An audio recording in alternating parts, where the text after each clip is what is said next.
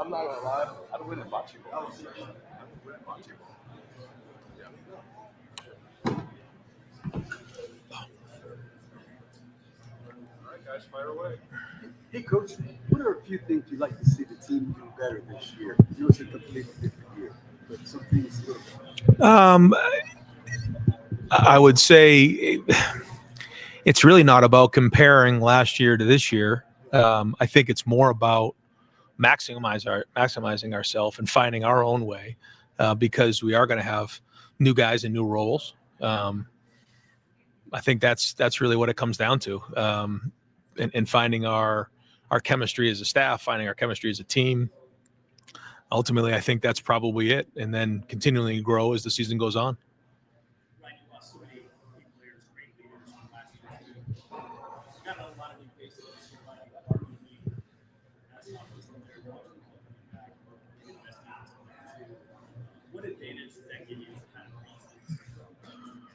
Well, they both, on offense, Jeremiah certainly, requires a lot of attention. So he makes everybody else on the field better because of that. And, we have a lot of weapons on offense. So it takes some pressure off the other players. It takes some pressure off the quarterback. Puts more pressure on the coaches to find ways to get them the ball. On defense, Caleb is like a coach out there. And this is somebody who not only sets a great example on the field, but off the field and how he handles himself. If you've been around him today, you just see the way he's like a pro. When he speaks, he's thought it all the way through. And I think that the guys recognize that. And when your top players are your hardest workers, then it just sets the right culture moving forward. So to me, that's probably it. And then, as we solve problems and continue to grow as a team, and on each side of the ball as the season goes on, I mean, those guys will lead the way on it. And again, when your best players are your hardest workers, you take a guy like Sonny Styles. I mean, he's one of the best players we had in a long time at Ohio State. I just believe he's going to have a great year this season. And he's one of our hardest workers and a great leader. Just another example. You guys didn't get a chance to see all of our players today. But I think, some of them may not be as well known as the ones we just talked about, but soon they will be. How much of an onus do you put on the quarterbacks immediately next week when you start camp, knowing what you have in front of you? Last time you had with a big opponent, Notre Dame, returning star. Yep. How much pressure do you have to throw those guys? As much as possible. Yeah. That pressure started a long time ago by me for sure. And I just think that that's how you do it. And then you can kind of build their confidence as you go, but you gotta provide that pressure so that they understand what comes with being the quarterback at Ohio State. And it's our job to make practice harder than the game and to put them in game situations and then see how they respond. And then when they do have success or failure, how quickly can they learn and grow and get better from both of those types of things. So that's our job as coaches, and I'll be right in the middle of it. Ryan, when you got quarterback, people out there would say that Ohio State was the team that NIL built, right or wrong. What would you say this team, how it was built this year?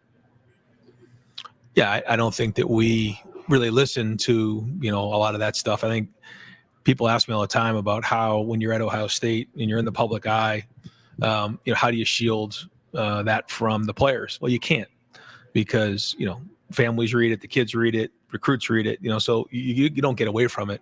But at the same time, I don't think it really affected our team, because the truth is we knew that wasn't the case. When you start to find out maybe what some other teams were, providing their players in terms of NIL, you realize that maybe it wasn't that out of whack. Actually, I know it wasn't. But that never really decided who we were as a team. It was about a bunch of guys who decided to come back, and the 4th and 5th year seniors are the ones that really galvanized the team when we went through adversity last year. And that's the same thing with this season. We feel like we have a bunch of guys who, every time they hear about last year's team and they hear about the guys that left, I think it just motivates them more, because they're tired of hearing about that. This is their team, and that's good. We want an angry team playing against Texas in 39 days. So, it's yet to be seen, but the work ethic's been there, and I think we're all excited to see what this team looks like.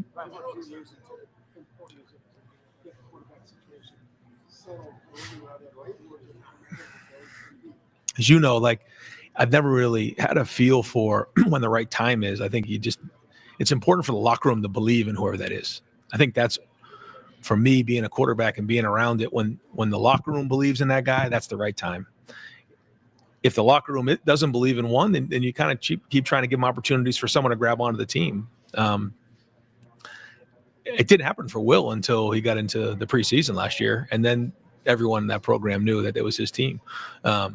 So we'll see where this goes. I think everything that they do in July and June and May and has led up to where we are right now, but they got to go do it on the field. Ryan, what are a few things you like about each quarterback? I start with Tavian. He certainly has the size, the makeup. He's a great young man. He's very intelligent. He's athletic. He can throw the ball. I think he's got a really bright future ahead of him. And Julian certainly gets the ball out quickly. He's had a good offseason. He's intelligent. He really, is very competitive. He's got good athleticism. He is accurate. Lincoln is just a tremendous athlete. You pick a sport, he can do it. He's like a 4 handicap. He can hit the ball out of the park. He was a Major League Baseball prospect. He can windmill dunk. Like, he can do a lot of things. He's also very intelligent, been in the program 3 years. So they're all exciting guys that, we want to develop quarterbacks. We don't just want to bring in guys through the portal when we have to, or, when we're left in that situation, we will. But we want to develop guys. And these are all 3 guys that we have developed and want to continue to develop. Ryan, how do you, generally speaking, tell a well-balanced player that somebody who might make less money than him is going to play for him? Yeah, best players play. I mean, that's the way it goes. And we usually don't want that to happen because of the culture of the team. So we try to project that out the best we can. But that's going to happen. It happens in the NFL, and it'll happen in college. Do you think that for chaos including this offseason because a lot of the NIL collectors were trying to front load their deals and there was this rush before the top settlement? Did that affect you at all? I think it affected everybody. I think we're all trying to figure out. I think we all know now, as things have changed year after year, as we all know. We all understand how the revenue share is working, how it's going to work. I think what we're looking all for clarity on is how the third-party NIL deals will be regulated and how they'll be handled and enforced moving forward, and how those who don't disclose deals will be enforced and penalized. And so when you don't really know exactly how that's going to happen, it creates this gray, which we're in right now. We've sort of been in this situation before. We want to make sure that we're doing right by Ohio State, but also being aggressive. I think we're well positioned. I think we're ready to move. But I think, for us, we'd like to get a little bit more clarity on how these things are going to be handled.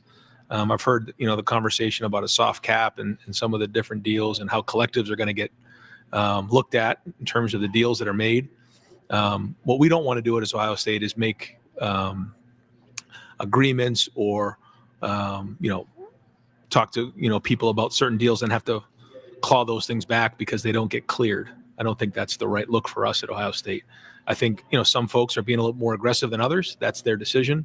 We're always going to be aggressive, but we also want to make sure that we're doing things the right way. So all that being said, we want to make sure that we're aggressive, but we're also doing what's right by Ohio State.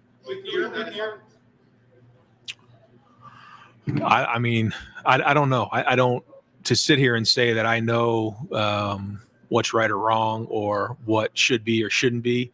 I'm not really going to get into that. I'm excited to find out what the rules are so I can play by them and then find out if they're actually going to be enforced. And then we can go from there. The gray is what drives me insane.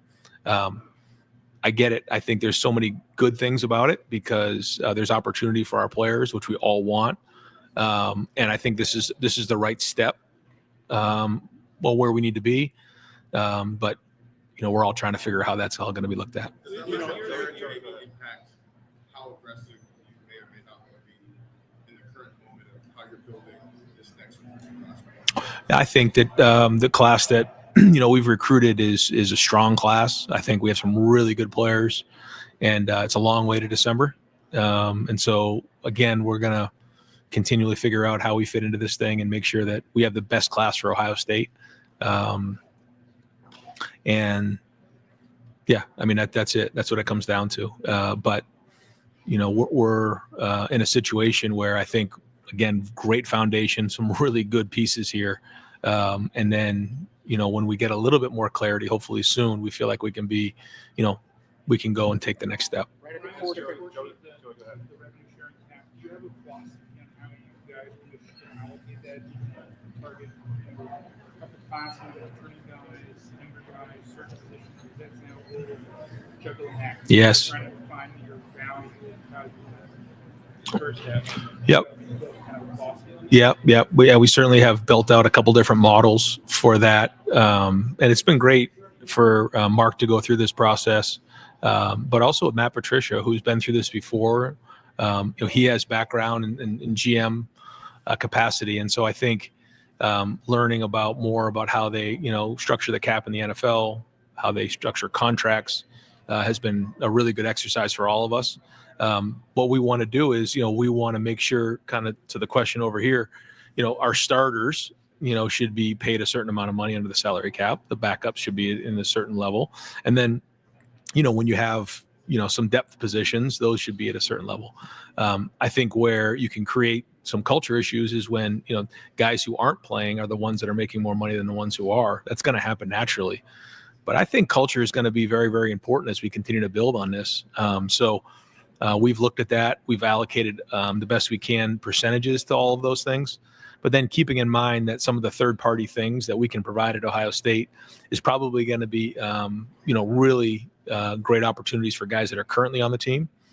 For the guys who are, in high school and then coming in as a recruit, we're looking for more clarity on what's going to be allowed there. And until we get some of that clarity, it's going to be a little bit hard to move forward. We're going to still, make sure we're competitive with everybody else, but we have to make sure we're doing what's right. Have any third-party deals at Ohio State been denied so far by the CSC, or if anybody missed a deal and lost out on money because the CSC didn't approve something in time for the exit? Yes. Yeah, I won't get into it, but I don't think I can. But yeah, we've turned things in that have been approved, and we've turned things in that have been denied. How much money have your players lost because? Yeah, I don't think I can say that. Yeah. Ryan, when you look at dealing right now, you're recruiting against schools that are offering them things that That's probably the gray area, is that you don't really know exactly how everyone does their business. And so you take them by their word and their agents and their parents the best you can. And then you go from there. But I think that's another part, is that, folks don't have to disclose how everyone's doing their own business, and that's their own business. They can do things how they want to do it. And that's the way, they have to figure out what's right for them. And there's nothing wrong with that. But again, the more clarity we have, the more we can all play by the same set of rules.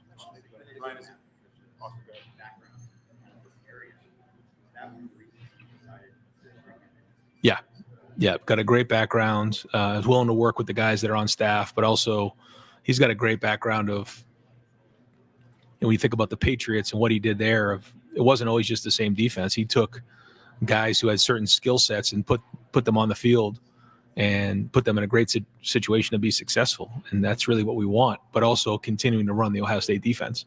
And that's why it took us, quite a long time. It was a pretty extensive process going through different coordinators, making calls and making sure it was the right fit, and not just necessarily being worried about what the quote unquote perception of a hire is. We got to find the right fit for us. And again, the feedback we've got so far from our players and recruits has been excellent about how Matt's connected with our players. And I think it's a great opportunity for him.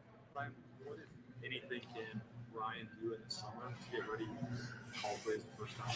I think it's the organization of the drills. It's the organization of the offense. It's figuring out what fits our guys, how to put our players in position to be successful. All of those things, figuring out what our identity is going to be, and then being able to adapt from it. Once we get into practice, we'll try to get into some move-it situations where we'll have to get into, the huddle, the signaling, all those different things, so that he have to think on his feet, making the personnel adjustments, first, second, third down, situational things. We'll try to do as much of that as we can, just to get the reps of calling the plays. And he's done some of that before, so it won't be brand new to him, but and he's been doing it. He's had the headset on, during the spring and those types of things. So the more we can put him in game, just like training a player, it's the same way for him. Brent, you mentioned a week before spring game started, so offensive tackle didn't upgrade the portal in that regard. Now that you've seen the summer work for those guys, do you feel a little better about where you are, or you still have the same concern? But they're going to have to go do it on the field. But some of those guys have had very good springs, and so now they got to go do it. And I shouldn't say they had good springs. They've had very good summers. I think they're bigger, stronger. Mix really pushed them. It's been a hard summer for them, and now they got to go do it. But it got to the point where there was just, for us, there was certain people that were in the portal, and the question was, are they better than what we have? And the decision that was made was no. Like, we've got to develop these guys. We got to get them stronger. We got to get more out of them. We got to maximize these guys, and that's what we got to do. And that's what the focus is going to be. And I think sometimes we just think if you grab somebody from the portal, they're automatically just going to come in and be better than what you have. Well, that's not necessarily the case. And so based on our evaluations, that's kind of where we were. So now we got to go maximize these guys. I feel like, again, some guys have stepped up. Will Smith has stepped up in a big way. We feel like K-Mac has done a good job. Edric's got to have a huge August for us, and then the list goes on because we got to build some depth behind those guys. Ryan, when it comes to the quarterback competition, and you talk so much about leadership, how important quality that is at that position. With a guy like Julian, who obviously hasn't had a ton of college experience, were there things throughout high school when you were looking at him, like when he was a senior in high school, that you can see or talk to teammates, coaches, and see that those traits are there? So as you know, Aaron Nolan was committed to us, and so we recruited Julian, but not throughout the whole process. I remember recruiting him and asking questions to people in the area out in San Diego about him, talking to folks who he was at the Elite 11 with, just really trying to do our homework on him. Once he went to Alabama, we still sort of kept an eye on it, but not as much.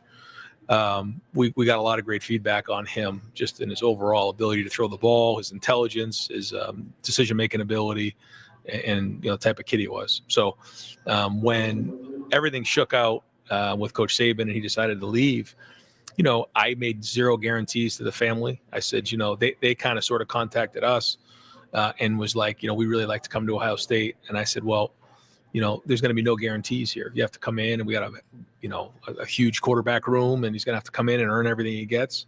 And he's done that. And I give him a lot of credit because that was a crowded room when he first got in there. And he's working, he's getting better every day. And he's whatever he gets, he's going to earn. He's earned his opportunity to now compete for the job. And now if he gets the job, it's because he earned it. And I like the way he's worked this summer. But I think he and Lincoln are pushing each other every day. And it's not been comfortable for either of them. Right, you've been around our lines, gotten here. You guys are top. 2 years ago, when you put him in that position in the spring, make a test out, what he might look like as the offensive coordinator. What did you see then that made you think that he might be ready for this versus actually being ready for it a year later? Yeah, I think at the time when it was, between Kyle and Devin, I felt like it was important for me to be in some of those meetings and then have the relationship with those guys to help them early on. And it was no knock with what he was doing. I just felt like at the time that was the right thing to do. Not that he couldn't do it. I think he still had a great handle on it, and he was ready. But now I think he's much more involved with the quarterbacks, and I think he'll have much more of a handle on what they're thinking, because I think a big part of calling plays is making sure the quarterback and the play caller are on the same page.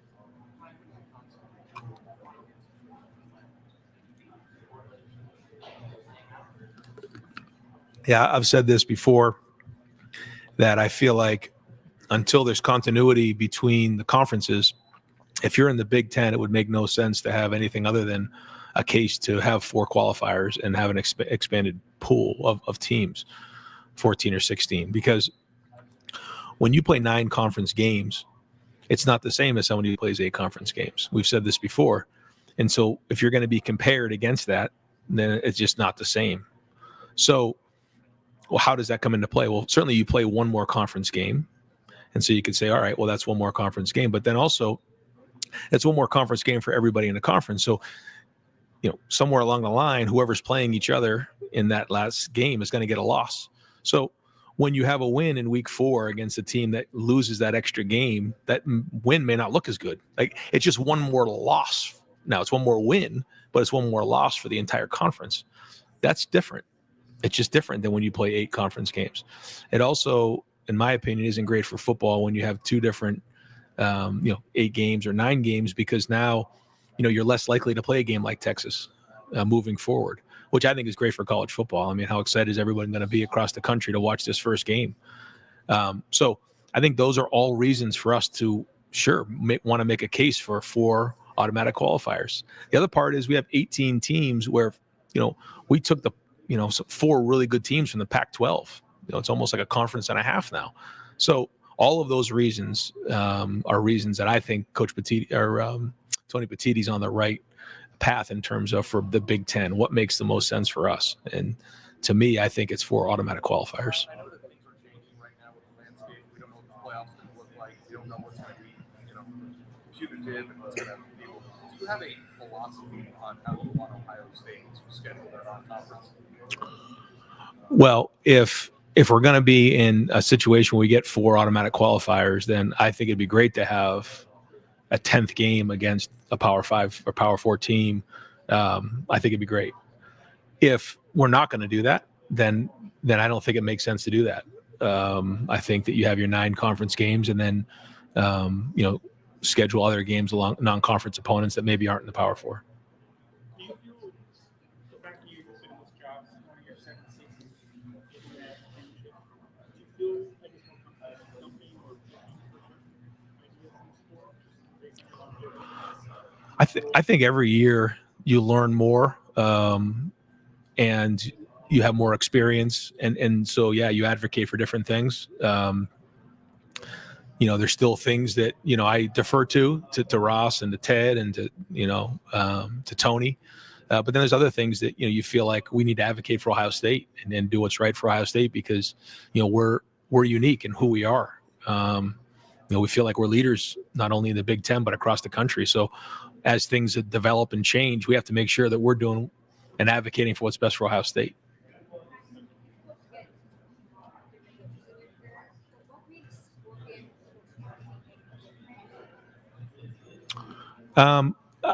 I think Dan is a great coach. I think he's got a great perspective when you really get a chance to know him, which I have. We got a chance to go on the Nike trip together, and then also play golf, this spring. And, when you hear the story about he and his wife and everything his wife has been through, he's got an unbelievable perspective on the game and, what motivates him. And so, you don't always see that in coaches. So I have a lot of respect for him and not only the work that he does, but also the perspective that he has. He cares about people and he's got a good balance in his life, I believe. He's very intelligent and, it's always good at competing against him. Ryan, when you went into this offseason after the championship and the championship celebration, how quick did you see Austin Servo kind of, whether it be flip a switch, whatever you want to call it, in terms of being a guy that you said this spring is probably going to have a starting role for this team? Yeah, Austin's been great. Austin's been one of those leaders. Austin's really stepped his game up. He's going to be an important piece of our offense in a big way. He's found a voice. He's got stronger. He's got more confidence. He's playing, very, very well right now. And he's going to be one of those guys that we need. And I think when you think about Austin, when you think about Luke, when you think about Tegra, when you think about Carson, these guys all played in the run. And so there's a lot of confidence with those guys that they played in those last 4 games and won a national championship for us. So I think that confidence has spilled over to the offseason and created a lot of depth. And then when you mix Ethan in there, when you mix Phillip in there and some of the younger guys, Ian Moore, it's a pretty competitive room right now. Well, Ethan was one of the dudes of the week. Yep. Just, what have you seen from him this summer? I know you talked about his conditioning, stuff like that throughout the spring. Just how much progress has he been able to make? Ethan. Yep. Yeah, Ethan's been, we went through everybody on the entire roster that day with Mick and arrow up with Ethan. He's gotten better, more flexible, quicker. He's lost weight, and he's more comfortable, I think, just with the offense. Coach Rule and Coach Ciano mentioned that one of the biggest concerns right now in the recruiting sphere is kind of the lifestyle of assistant coaches and going out on the road. Is that a concern that you share? And what things do you think the sport can do to kind of baseline that and make those lives easier for the coaches? Well, I don't think that there should be any on-the-road recruiting in the winter for a lot of reasons. One, I think, for that reason, for the assistant coaches, but also for the guys who are playing in the playoffs, it doesn't make sense for them to be able to be on the road and you're playing all the way to January 20th. So I feel pretty strong about that. And the fact that I don't think the transfer portal should be open until the season's over. And then certainly May and June become a long run for the assistant coaches. So I think, shrinking down the number of days on the road would certainly go a long way. Do you think that for you guys on the recruiting trail, playing as long as you did, obviously you wanted to do that, but do you think you could lose ground on the recruiting trail when you have coaches that are in staff? Yeah, I think that, and the fact that our guys were open for 5 days after that season. We're really, us and Notre Dame, the only ones that had guys that could enter the transfer portal. And we know, at least at the time, tampering is just something that wasn't really enforced. So our guys are getting calls and everything like this. That combined with what you were saying, we were playing in catch-up mode. I mean, the minute the next day hit, we were catching up. So it all plays into it. Right, the way you guys approached last season, years past, 16, 17 games. How much of that is applied to personnel you had last year, great defense in the running game, versus that may be something consistent? Yeah, a little bit of both, but a little bit is the length of the season too, and the number of plays. Again, that's something I learned when I was in the NFL in the first year with the Eagles. We played fast, and then our number of plays were like a lot, and so it took a lot of stress on our team. And so I think there's times we need to use it as a weapon, but I think it's something that I didn't really get into last year because I didn't want anyone to really think or talk about it, but I felt like it really helped us. I think we cut down, was it 150 to 200 plays from the year before, and I think that helped with us playing fast at the end of the season. Does that change? What you emphasize, what you focus on, simply because instead of 75 plays, maybe it's 60, 65 plays? Yeah, when you're huddling, it's different than when you're playing on the ball. There's just a different feel to it. There's a different communication. If I'm a receiver, I have to run all the way into the line to the huddle, and then I have to run back out as opposed to just lining back to the line of scrimmage. I mean, there's a lot that comes with that. So we want to practice what we're going to do in a game. We usually carry everything and try to adapt based on how the game's going. But we'll see what fits his team the best. Right. As Carlos Laughlin or Pete Rozelle asked you, Ross from Ohio State, to increase what he contributed to his buyout at Oregon, just to put that matter to rest. I know that there's been conversation there, but I don't know the latest update on it. If they interpreted the buyout as $400,000 originally, would that have prevented you from hiring him in Ohio State originally, rather than interpreting it as $200,000? I think that ultimately would have been, his decision. Yeah. Brian, you lost 2,000-yard running backs who second round this week already. Today, you like Zane, you like CJ. What's your level of confidence in that room? It's pretty high, but they have to do it. They haven't done anything yet. I like the way they're working. I like the way they work in terms of, off the field, on the field. They've gotten stronger, but they're going to have to take care of the football, protect, and do all those things. And that's what we're talking about. We're talking about young guys who haven't done it before. So running backs are hard because you don't really tackle them a lot during the preseason. We did a lot in the spring, more than we ever have before. I liked what we saw there, but they're going to have a big summer in terms of August camp, and then grow from there. I think CJ has really changed his body. He looks stronger. He looks like he's in a good place. I think all of them across the board have a chance to be 3-down backs, which is exciting. So Carlos has done a nice job of building depth there, but there's not a lot of experience. So it's good and bad. You don't know what you're getting, but at the same time, we see some talent there, and we think that there's some a chance to have a special room. Yeah. I don't know early. I think we'll have to see how that goes. But as the season goes on, yes, for sure.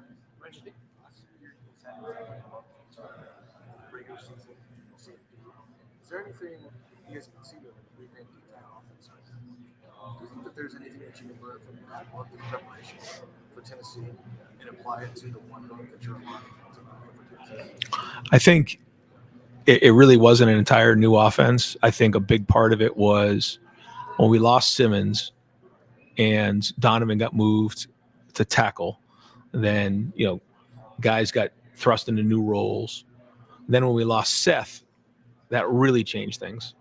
And it took us a few weeks to get our feet underneath us and figure out what fit those guys, as opposed to because really it was 3 different positions, because Donnie went to tackle, Simmons was out, McLaughlin was out.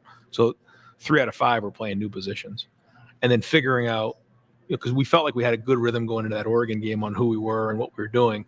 And then when you put new guys in there, it doesn't necessarily mean it's going to be the right fit. I think it took us a little time to figure that out. And then once we got in a role, we sort of figured it out. And, that group, we felt like, you could see in that Tennessee game, it was a gap scheme.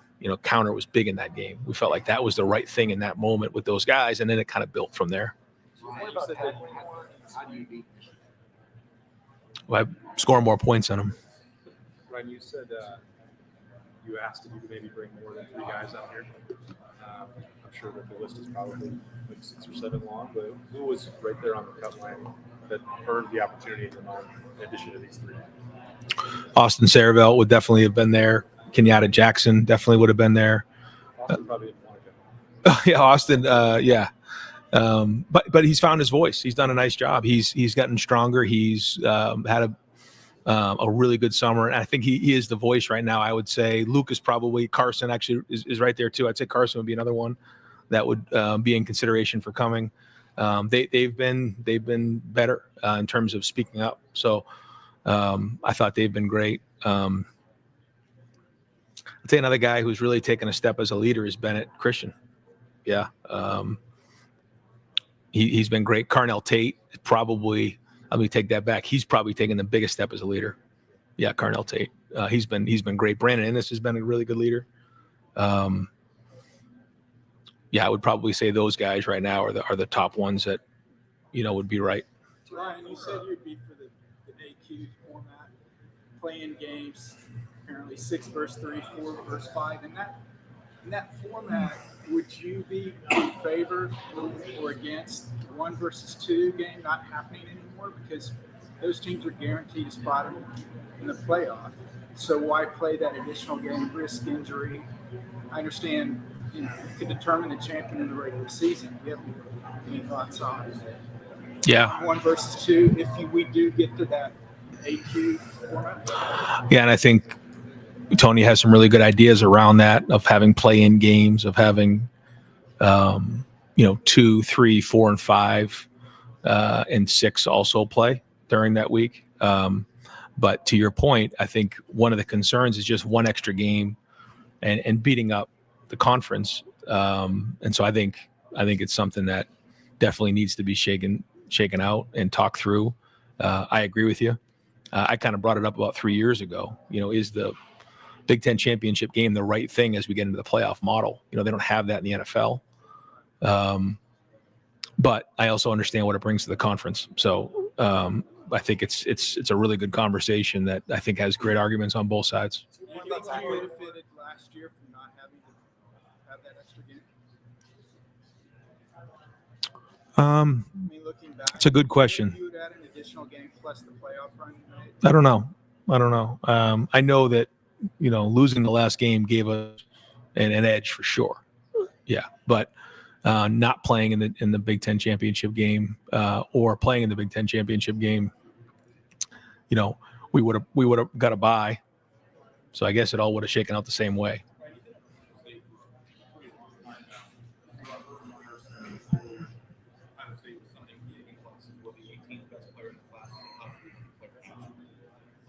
Now, obviously, talent is kind of getting spread out a bit more because of sports change. You guys had a super team last year who brought back and added, but from your vantage point, as a defending national champion, do you view that the baseline level of talent that Ohio State or other teams have to possess is lower now than it might have been 3 years ago? Do you feel that on a day-to-day basis as a team you're building? I think it's to be determined. I think that we're still recruiting at a very high level, and we'll continue to do that. I just think we have to figure out where we need to win in the margins and how we got to find advantages being at Ohio State. But it's just a different format. And to your point with the revenue sharing, that's equal. Where I think the delta can be is with the third party NIL and figuring that part of it out. And I think that's important for Ohio State to figure out how do we continue to be leaders moving forward. And I do think we're well positioned and where we are, the culture of the program, the brand, the city, all the different businesses that are in the area.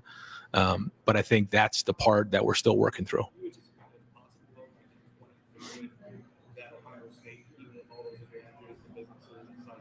prove that your talent advantage on average on a weekly basis would be greatly diminished than what you guys built the last 2 years?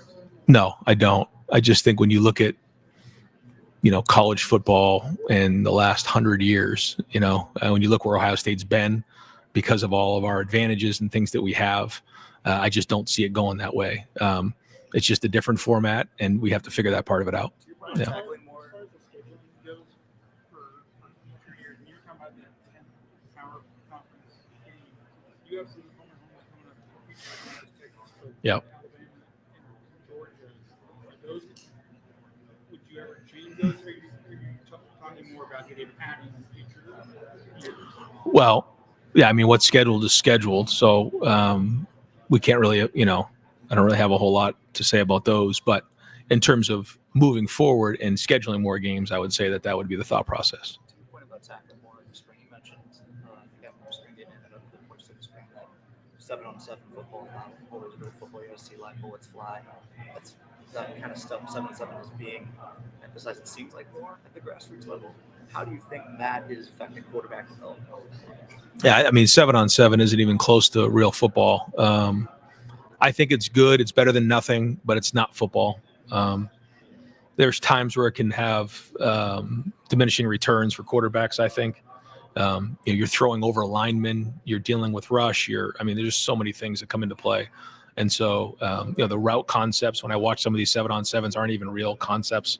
But the throwing, the catching, the route running by the receivers, the coverage by the DBs, that's all really good. I think you're seeing a lot of perimeter players and skill players improve with their skill sets because of how much they do it. I wish there was ways to do that with offensive and defensive linemen.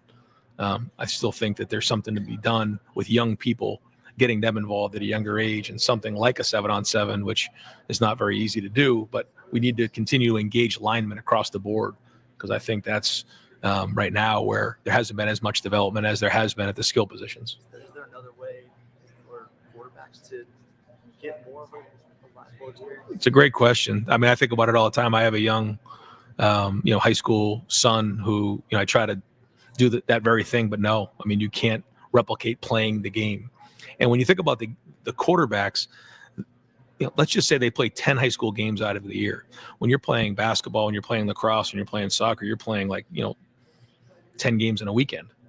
So that's why I think you see sometimes the quarterback position, there's just so much, whether it's in the NFL or whether it's in college, there's still a lot of indecision on who the right player is, and I still think we still try to project where these guys can go when a lot of them haven't played a lot of quarterback. They haven't played in games before. So sometimes you're seeing the more experienced guys, like a guy like Will Howard's a great example, like Bo Nix, Michael Penix, some of these guys who have been through it before. They have learned from their experiences, and they've become better because they've actually played in games. Speaking of RJ, he's got double-digit offers now. You're involved in those conversations as recruit dad. How different is that? What have you learned from that process? I mean, have you heard anything from other coaches? You're like, oh, I should. Yeah. You learn a lot going different places, and as a dad going in. But the one thing I've learned is that people have great facilities, they have great locker rooms, they have great weight rooms, but it's all about the people. Who's going to raise your son? Who's going to raise my son on a daily basis and just learn about life? Who loves the game of football, but also is going to treat him the right way. And it makes you realize as a dad, those types of things when you're sending your son somewhere. But as a coach, it's like you always know it, but the right answer is, when you're trying to make a decision, is how would you want your son treated? And that brings you to the right answer all the time. And, you always know that, but it just makes it more evident when you're going through that process.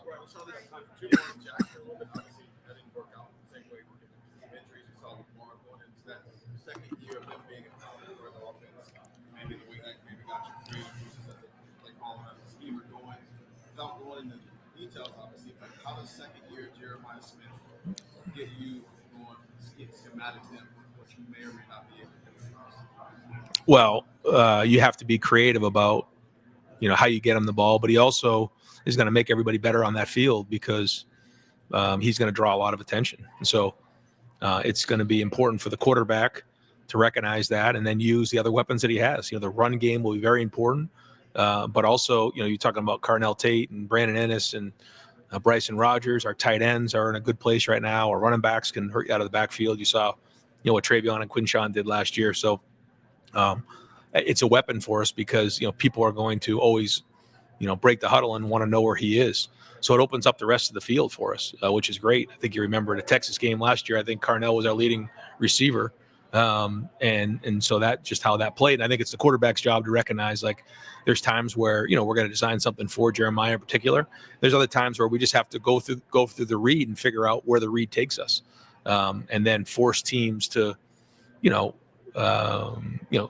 balance up a little bit. And so I think that's really the bottom line. But, we went through that with Marvin, like you remember that year. And so we have some experience doing that. Being taken away like that, not necessarily being a heavy part of what the offense was when you touch the ball. Yeah. Yeah, it's not easy especially when you're as competitive as these guys are. They want the ball. So it's a conversation. It's not easy. And that's the emotional maturity that's going to have to take place when the number one goal is to win. How do you prepare for that when the teams are going to try to be pretty aggressive to take it away, but you also want to get the ball to the best player? How do you prepare for that kind of over the summer and on a week-to-week basis of knowing that, okay, they might throw something at us that we haven't seen yet? Yeah, if they're doing that, then they're doing something that they're not. Maybe they're comfortable doing it, but it's not what they typically do on a day-to-day basis. So now they're doing something that they're not used to. So my experience with that over the years is that they're not as effective and as efficient as they are playing the stuff that they know the best.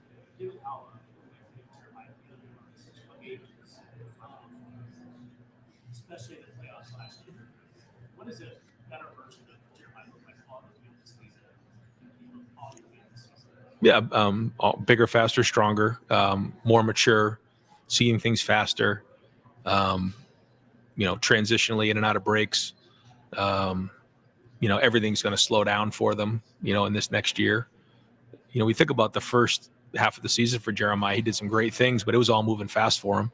And then the second half, obviously, you saw it slow down for him and speed up for everybody else. So I think just more of a complete season doing that. Last question.